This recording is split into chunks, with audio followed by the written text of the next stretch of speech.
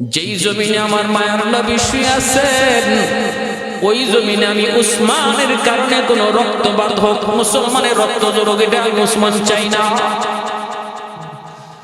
তাহলে ওরা বিদ্রোহ করেছে, ওরা আপনার প্রাসাদের চতুর্দিক দিয়ে খানা পানি বন্ধ করে দিয়েছে, চতুর্দিক থেকে খানা পানি বন্ধ করে দিয়েছে। প্রাসাদের ভিতরে ওসমান গনি রাদিয়াল্লাহু তাআলা আনহুকে তারা এক করে ফেলেছে। ভাইরা বন্ধুরা, এইদিকে ওসমান গনি রাদিয়াল্লাহু তাআলা আনহু দিন যায় রাত যায়, খানা নাই পানি নাই, বিদ্রোহীরা ওরাও বিদ্রোহ থামে না। বাসভবন চতুর্দিক থেকে ওরা ঘেরাও করে ফেলেছে।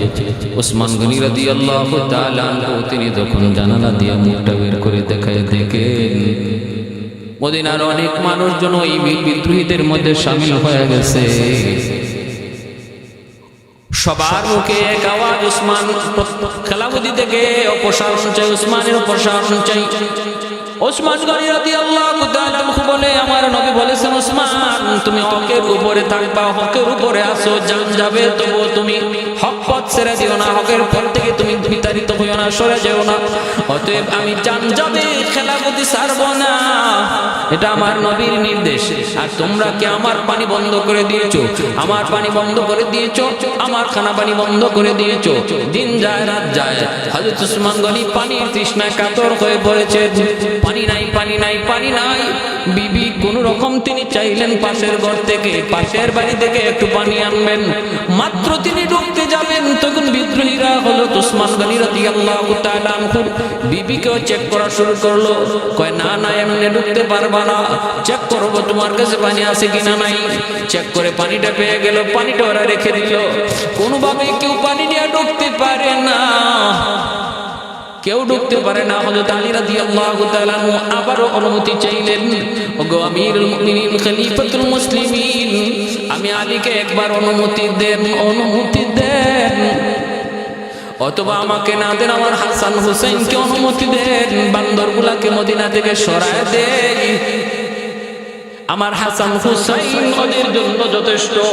কিন্তু উসমান গনি বলে, না রে আলী, না না, আমার কারণে নবীর জমিনে রক্তপাত হোক, আমি এটা চাই না। আলী আবারও তিনি ব্যর্থ হয়ে চলে যান, ব্যর্থ হয়ে চলে যান, কিছুই করতে পারেন না আলী। ওসমান গনি যদি অনুমতি না দেন, তিনি তো হামলা চালাইতে পারেন না। বিদ্রোহীরা যুদ্ধ করার জন্য প্রস্তুত হয়ে গেছে। হযরত আলী বুঝায় শোনায় ওদেরকে সরাইতে পারেন না। একটা কথাই ওদের কিন্তু আলী বুঝতেছেন, এই বিদ্রোহ দমন করতে হলে সিন্নি ছাড়া কোনোদিন বিদ্রোহ দমন হবে না। কিন্তু ঝান্ডা আর ডান্ডা দেওয়ার কোনো অনুমতি তো ওসমান গনি দেন না।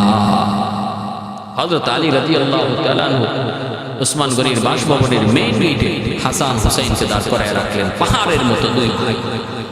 কোনোভাবেই যেন কোনো দুষ্কৃতিকারী খলিফাতুল মুসলিমিনের বাসভবনে ঢুকতে না পারে। হাসান হুসাইন পাহাড়ের মতো দাঁড়িয়ে রইলেন, সাহস নাই কারো ওই দিক দিয়ে ঢুকার। ভাইরে বন্ধুরা, একদিন, দুই দিন, তিন দিন চলে যায়, রাজপ্রাসাদ বাসভবন ঘেরাও। পানির তৃষ্ণায় উসমান গনির বুক শুকিয়ে গেছে, জিহ্বা শুকিয়ে গেছে। জানালা দিয়ে মুখটা বের করে চোখে পানি জোরে কান্দেন আর বলেন, রে মদিনার মানুষ, মসজিদে নববীর জায়গার প্রয়োজন, জায়গার প্রয়োজন, জায়গা হয় না। আমি উসমান কি তোমাদের জন্য মসজিদে নববীর জায়গার ব্যবস্থা করে দেই নাই? হযরত আব্দুল্লাহ বিন জুবাইর এবং হযরত তালহাকে লক্ষ্য করে তিনি বললেন, বলে হো আপনি সব করেছেন। এরপরে তিনি বলতেছেন, মদিনার মসজিদে নববীর পাশে একটা কুয়া, মিষ্টি পানি, সবাই তো চেয়েছেন, নবী চেয়েছেন, এই কুয়াটা কে কিনে দিতে পারে মুসলমানদের জন্য? আমি কই কুয়াটা লক্ষ দিরহামের বিনিময়ে তোমাদেরকে কিনে দেই নাই, পানির ব্যবস্থা কি তুমি আমি করে দেই নাই? বলে হ, আপনি করে দিয়েছেন। উসমান গনি তখন জানালা দিয়ে আওয়াজ দেন, চোখের পানি জড়ান, আমি উসমান তোমাদের পানির ব্যবস্থা করে দিলাম, কিন্তু আজকে 3 দিন হয়ে যায় আমি উসমানের মুখে ফোঁটা পানি জুটে না, পানির ব্যবস্থা হয় না।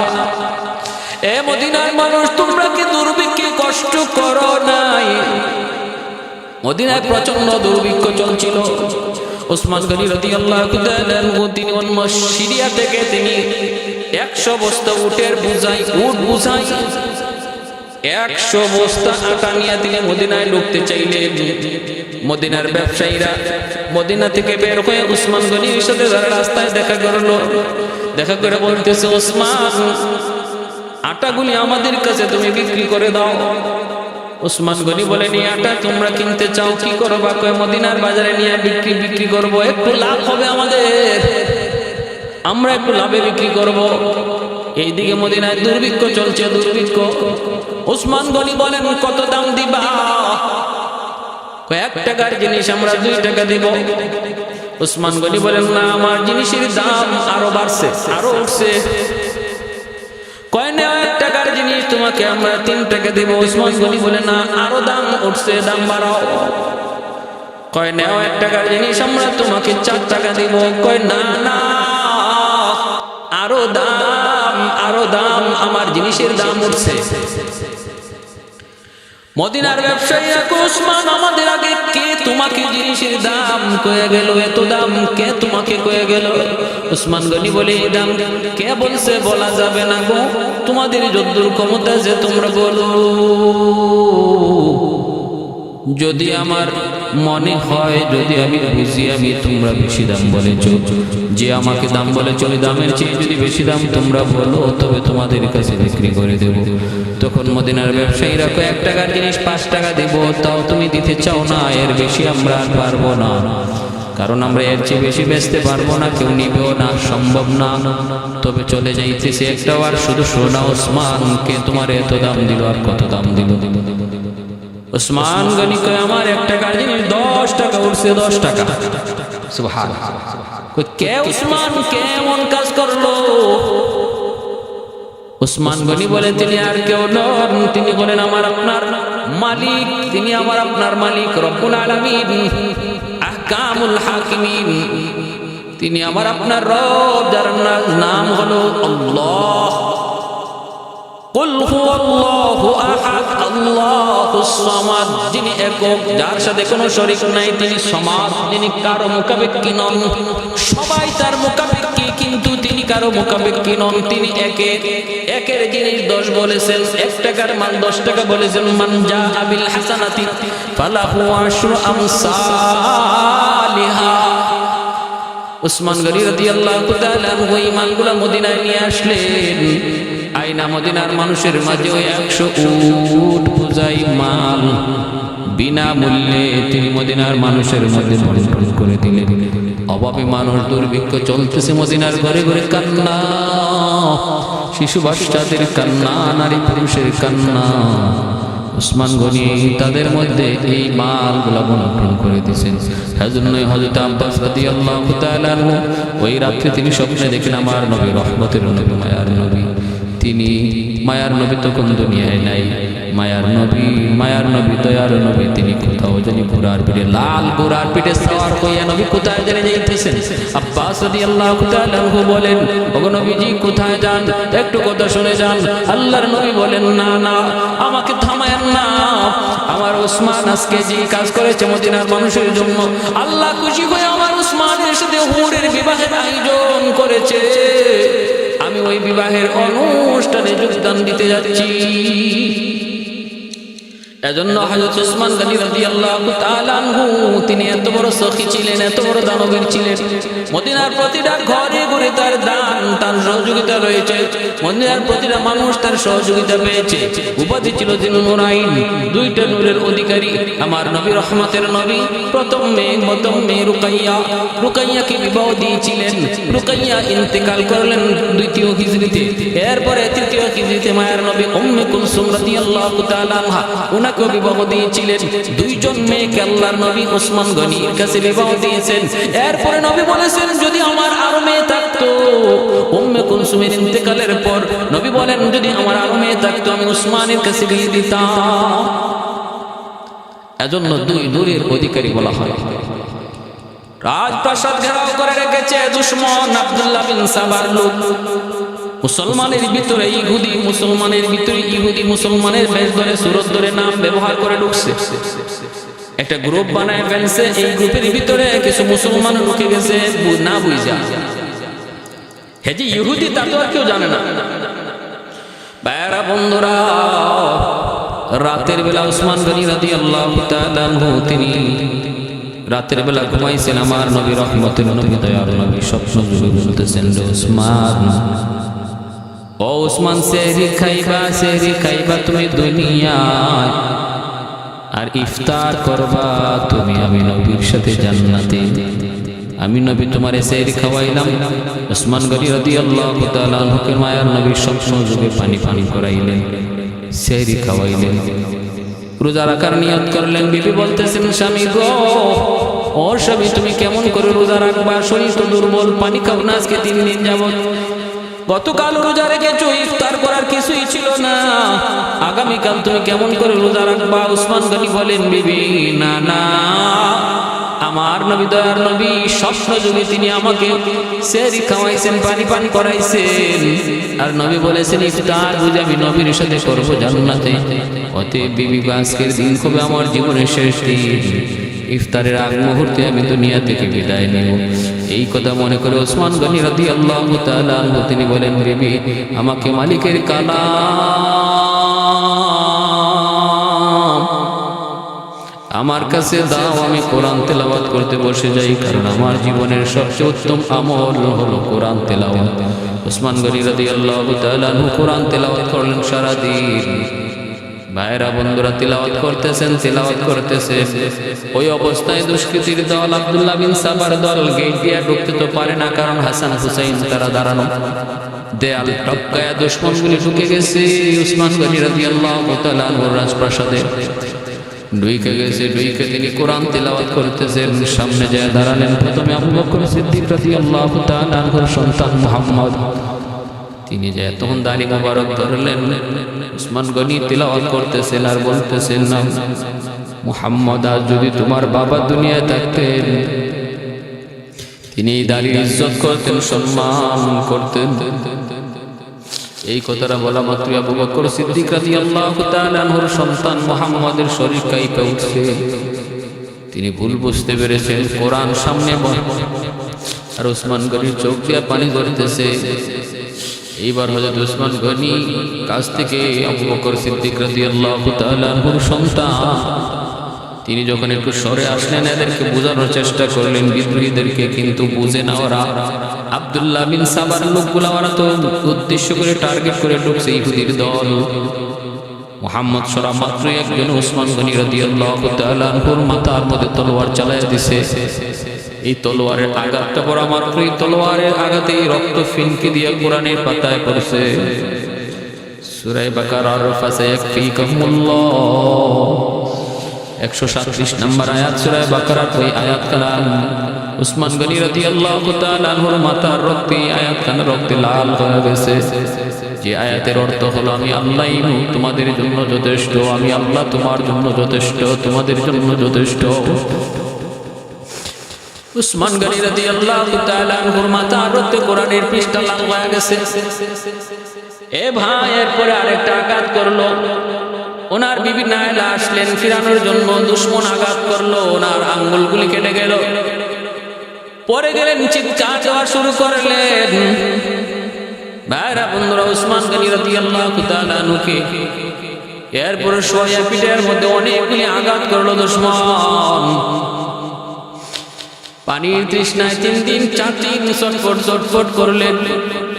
কারবালার প্রান্তরে ইমাম হুসাইন তার পরিবার সহ যেভাবে পানির তৃষ্ণায় ছটফট করেছেন, এইভাবে হযরত উসমান গনি রাদিয়াল্লাহু তাআলা আনহু তিনিও ইন্তেকালের আগে, শহীদ হওয়ার আগে পানির তৃষ্ণায় ছটফট করেছিলেন। ভাইরা বন্ধুরা, কোন অংশেই কারবালা থেকে কম হয় নাই উসমানের সাথে। সে উসমান গনি রাদিয়াল্লাহু তাআলা আনহু কোরআনের পৃষ্ঠার পাশে তার ভিতর দেহটা পড়ে রইল, রক্তে লাল হয়ে গেছে। শহীদ, বহু শহীদের শাহাদাতের সাক্ষী হবে তার রক্ত মাখা চাদর। হযরত ওমর ফারুক রাদিয়াল্লাহু তাআলা আনহুর শাহাদাতের সাক্ষী হবে মসজিদে নববীর মিম্বার। উহুদের শহীদদের শাহাদাতের সাক্ষী হবে উহুদের ময়দান। বদরের শহীদদের শাহাদাতের সাক্ষী হবে বদরের ময়দান। উসমান গনি রাদিয়াল্লাহু তাআলা আনহুর শাহাদাতের সাক্ষী হবে আল্লাহর কোরআন। মালিকের কালাম উসমান গনির শাহাদাতের সাক্ষী হবে। আমার ভাইরা বন্ধুরা, উসমান গনি রাদিয়াল্লাহু তাআলা শহীদ হয়ে গেলেন। মদিনার মধ্যে হইচই পড়ে গেল, চতুর্দিক দিয়ে হইচই পড়ে গেল। ভাইরা বন্ধুরা, ওই অবস্থায় হযরত আলী রাদিয়াল্লাহু তাআলা দেখলেন পরিস্থিতি বড় ভয়াবহ। কারণ উসমান গনি রাদিয়াল্লাহু তাআলা কে শহীদ করার পিছনে মুসলমানদের অনেক বড় একটা জামাত ছিল, অনেক বড় জামাত ছিল। কিন্তু ঘটনা এমন ঘটায় দিবে, ইহুদিরা মাঝখানে ঢুইকা মুসলমানরা এতটা ভাবতে পারে নাই। এজন্য বিচার যদি করতে হয় শুধু মুসলমানের, শুধু ইহুদিদের না, অনেক সাহাবীরও বিচারের কাজ করায় দাঁড় করাইতে হয়। পরিস্থিতি বড় ভয়াবহ মদিনায়, চতুর্দিকে কান্নার হযরত আলী রাদিয়াল্লাহু তাআলা কে মুসলমানগণ সাহাবায়ে কেরামগণ 5 দিনের মাথায় ওনাকে খেলাফতের মধ্যে বসাই দিলেন, বলে আপনি তাড়াতাড়ি আপনি খেলাফত ধরেন, তারপরে উসমান হত্যার বিচার করা যাবে। আগে পরিস্থিতি স্বাভাবিক করেন উসমান গনি রাদিয়াল্লাহু তাআলা, তিনি খলিফা হলেন।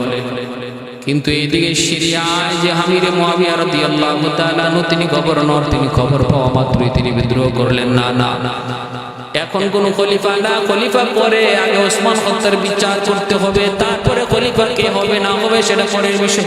আলী খলিফা হবে আমার কোনো আপত্তি নাই, কিন্তু ওসমান হত্যার বিচার না করা পর্যন্ত খেলাফতের কাজ বাতিল, এই আওয়াজে এখন তোলা হবে না। কিন্তু আলী রাদিয়াল্লাহু তাআলা বলেন না, আগে পরিস্থিতি স্বাভাবিক করতে হবে। সাহাবায়ে কেরাম অনেকেই বলেন আমিরে মুআবিয়াকে বুঝাইতে চেষ্টা করলেন, আগে তো হাল ধরতে হবে, পরিস্থিতি যদি ভিন্ন হয় তাহলে মাঝখান দিয়ে কেউ সুযোগ নিয়ে নিবে। এজন্য আগে রাজত্ব, আগে খেলাফতটা ধরতে হবে, তারপরে বিচার কাজ শুরু হবে। এই ছিল তাদের নজরিয়া। আর আমিরে মুআবিয়া রাদিয়াল্লাহু তাআলা নজরিয়া ছিল না, আগে উসমান হত্যার বিচার। কারণ এটা এমন একটা অবস্থা ছিল তখন, স্বাভাবিকভাবে যখন এমন একটা পরিস্থিতি আমার আপনারও হয়ে যায়, তো কারে রাখো, আগে কে খলিফা হবে না হবে সেটা ভিন্ন, আগে বিচার চাই, এমনটাই হবে বাহ্যিক দাবি। কিন্তু আলী রাদিয়াল্লাহু তাআলা যে সিদ্ধান্ত নিয়েছিলেন খেলাফত আগে তিনি নিয়ে নিছেন, আগে তিনি খেলাফতের দায়িত্বটা হাতে নিছেন, এটাই ছিল সঠিক সিদ্ধান্ত। কারণ যদি এটা না নিতেন তখন আব্দুল্লাহ বিন সাবার দল খেলাফতি নিয়ে নেওয়ারও কোনো চক্রান্ত করত। হযরত আলী রাদিয়াল্লাহু তাআলা সিদ্ধান্তটা তখন সঠিক ছিল, এটাই সবাই মেনে নিয়েছেন। কিন্তু আমির মুআবিয়া রাদিয়াল্লাহু তাআলা তিনি অতি আবেগী হয়ে গেছেন। আর এটাও স্বাভাবিক, অতি আবেগ হওয়াটাও স্বাভাবিক। যে করলো কি এটা হারামির দলেরা এটা করলো কি? উসমান গনি রাদিয়াল্লাহু তাআলার মতো এত বড় একজন উদার দিলের মানুষ, আমার নবী যাকে জিন নুরাইন উপাধি দিয়েছেন, যার সহযোগিতার হাত মদিনার এমন কোনো ঘর নাই, এমন কোনো মানুষ নাই যে পায় নাই, সে ওসমানকে এমন নির্মমভাবে শহীদ করা হলো। এজন্য হযরত আমির মুআবিয়া রাদিয়াল্লাহু তাআলা সইতে পারলেন না। আর বংশের দিক দিয়েও আমির মুআবিয়া রাদিয়াল্লাহু তাআলা উমাইয়া বংশের, আর উসমান গনি রাদিয়াল্লাহু তাআলা তিনিও ছিলেন উমাইয়া বংশের। এজন্য সম্পর্কটা আরেকটু গভীর ছিল, গাঢ় ছিল। দাবি করে বসলেন, বোঝানোই যায় না আমির মুআবিয়া রাদিয়াল্লাহু তাআলাকে তিনি বিশাল স্বর্ণবহর নিয়ে চলতেছেন মদিনার দিকে, উসমান হত্যার বিচার নেবেন। আলী রাদিয়াল্লাহু তাআলা বারবার বুঝাইতেছেন যে আপনি আগে আমার হাতে বায়াত গ্রহণ করুন, বিচার দাবি করুন, মামলা আদালতে পেশ করুন, তারপরে আমি দেখে আমি আলী বিচার করি কিনা, আমাকে দোষারোপ করেন না। আলীর কোনো দোষ ছিল না, কিন্তু মুআবিয়া রাদিয়াল্লাহু তাআলা এমন ধারণা ছিল যে আলী তাকে উসমানকে কেমন করে হত্যা করলো। এই কথাটা তিনি আম্মাদার আয়েশা সিদ্দিকা রাদিয়াল্লাহু তাআলা আনহা, তিনি তখন মক্কায় ছিলেন, ইনাকেও যে আমির মুআবিয়া রাদিয়াল্লাহু তাআলা বুঝায় ফেলছেন যে আলী যেখানে মদিনা সেখানে উসমান কেমন করে হত্যা হলো, শহীদ হলো। আবার সে খলিফা হয়ে গেল বিচার না করে, উসমান হত্যার বিচার না করে খেলাফত গ্রহণ করে নিল। আমি এটা মানতে পারি না। এই ভাইয়েরা বন্ধুরা, হযরত আমির মুআবিয়া রাদিয়াল্লাহু তাআলার কথা আম্মাদান আয়েশা সিদ্দিকা রাদিয়াল্লাহু তাআলা তিনিও পড়ে গেলেন। তখন তারা একটা মিলে গেলেন, আলী রাদিয়াল্লাহু তাআলার সিদ্ধান্তের বিরোধিতা করলেন। ওই তখন থেকে দুটো গ্রুপ হয়ে গেল, আর দুই গ্রুপের তখন দুইটা যুদ্ধ হলো। আম্মা জান তিনিও যুদ্ধে জড়াই গেলেন, জঙ্গে জামাল হলো। হযরত আলী রাদিয়াল্লাহু তাআলা আনহুর সাথে আম্মা জান আয়েশা সিদ্দিকা রাদিয়াল্লাহু তাআলা আনহা, যদিও ওই যুদ্ধ চলাকালীন সময় আম্মা জান বুঝে ফেলছেন নবীর একখান হাদিস, আল্লাহ নবীর একখান হাদিস, নবীর ভবিষ্যৎবাণী, তোমাদের মধ্যে একজন নারী নেত্রী হবে যার চতুর্দিকে অনেক লাশ পড়বে, সে অমুক জায়গার মধ্যে যাবে। ওই জায়গাটাতে যাওয়া মাত্রই আম্মা জানের নবীর হাদিসের কথা ইয়াদ হয়ে গেছে, নবী তো এই জায়গার কথা বলেছেন আর একজন নারী নেত্রীর কথা বলেছেন, তাহলে তো আমি সেই নারী। তিনি ভুল বুঝে গেছেন, তিনি ভুল বুঝা তখন বিরত হয়ে গেছেন। কিন্তু আমির মুয়াবিয়াকে আর থামানো গেল না। আমির মুয়াবিয়া রাদিয়াল্লাহু তাআলা বিশাল ৮০,০০০ সৈন্য নিয়ে সিফফিন নামক জায়গায় জমা হয়ে গেলেন। সেখানে হযরত আলী রাদিয়াল্লাহু তাআলার সাথে বিশাল এক যুদ্ধ হয়ে গেল। অসংখ্য অগণিত প্রায় ৪০,০০০-এর মতো মুসলমান শহীদ হলেন। ইসলামের ইতিহাসের বহুত বড় ক্ষতি হয়ে গেল জঙ্গে সিফফিনে। আমার ভাইয়েরা, বন্ধুরা, এই ছিল হযরত উসমান গনি রাদিয়াল্লাহু তাআলা আনহু শাহাদাতের করুণ ইতিহাস। তারপরে হযরত আলী রাদিয়াল্লাহু তাআলা আনহু তিনি হযরত আমির মুয়াবিয়া রাদিয়াল্লাহু তাআলা আনহুর সাথে জঙ্গে সিফফিনে যুদ্ধ হওয়ার পর আলী রাদিয়াল্লাহু তাআলা বিজয় হয়ে যাবে। ওই অবস্থায় আমির মুয়াবিয়া একটু চতুরতা করলেন। তিনি কোরআন আল্লাহর কালামকে তলোয়ারের মধ্যে উঁচু করে বুঝাইতে চাইলেন, আমি সন্ধি চাই, যুদ্ধবিরতি চাই। হযরত আলী তখন চাইলেন যে না, এটা তার একটা কৌশল। কিন্তু অনেক সাহাবীরা বললেন যে না, আল্লাহর কোরআনে অপমান হবে।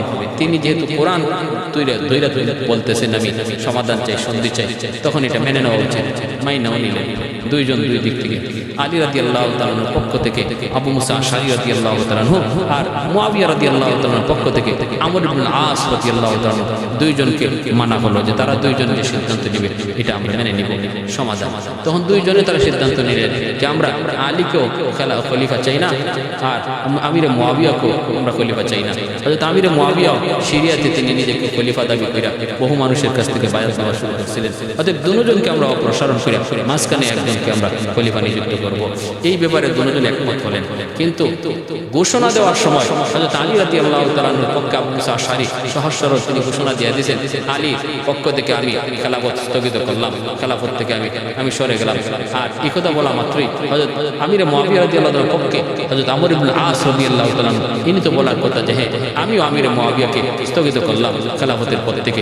এটা না বইলা ইনি বলতেছেন যে ঠিক আছে, আলী যখন নিজের থেকেই তিনি খেলাফতের পদ থেকে সরে গেছেন, তাহলে আমির মুয়াবিয়ার কাছে আমরা খেলাফতের দায়িত্ব দিয়ে দেই এবং ওনাকে আমরা খলিফা হিসেবে মেনে নেই। আমি ওনার কাছে বায়াত গ্রহণ করলাম।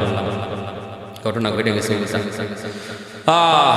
তখন হযরত আবু মুসা আশআরী রাদিয়াল্লাহু তাআলা তিনি বলেছিলেন যে আবু মুসা আশআরী তিনি বলেছিলেন আমর ইবনে আস রাদিয়াল্লাহু তাআলা, আপনার সাথে তো কথা এটা ছিল না, আপনি তো গাদ্দারি করেছেন, কথা বলেছিলেন। ভাইয়েরা, বন্ধুরা, এটা এক বহুত বড় সেন্সিটিভ ইসলামের ইতিহাসের এক ঘটনা, এক বিষয়, যে বিষয় নিয়ে আমরা বেশি পর্যালোচনা করার সুযোগ নেই। করলে নবীর কোন সাহাবীর প্রতি আমাদের কোন ধরনের বিদ্রুপ ভাব চলে আসতে পারে, আমাদের মনের ভাব খারাপ হয়ে যেতে পারে। তখন আমি বিপদে পড়ে যাব। কারণ সাহাবায়ে কেরামের প্রত্যেকের তখন যার যার নিজস্ব একটা ইস্তেহাদ ছিল, আর সেই ইস্তেহাদটা কোরআন বিরোধী, হাদিস বিরোধী এমন না, সেটা তাদের ব্যক্তিগত একটা চিন্তাধারা নিয়ে তারা এমনটা করেছিলেন। অতএব ইস্তেহাদের ক্ষেত্রে আমাদের কোনো হাত নাই, আমাদের কোনো এখানে হাত নাই। আমরা কারো ইস্তেহাদের ব্যাপারে ভুল বা শুদ্ধ বা তিনি কি করেছেন এমনটা বলার সুযোগ নাই, কারণ তারা সাহাবী। আসহাবিকান নুজুম বিআইহিম ইক্তাদাইতুম ইহতাদাইতুম। আল্লাহ আমাদের সবাইকে ইসলামের সঠিক ইতিহাস বুঝার এবং সঠিক ইতিহাস বুঝে চলার, মান্য চলার তৌফিক আল্লাহ আমাদের সবাইকে দান করুন। ওয়া আখিরু দাওয়ানা আলহামদুলিল্লাহি রাব্বিল আলামিন।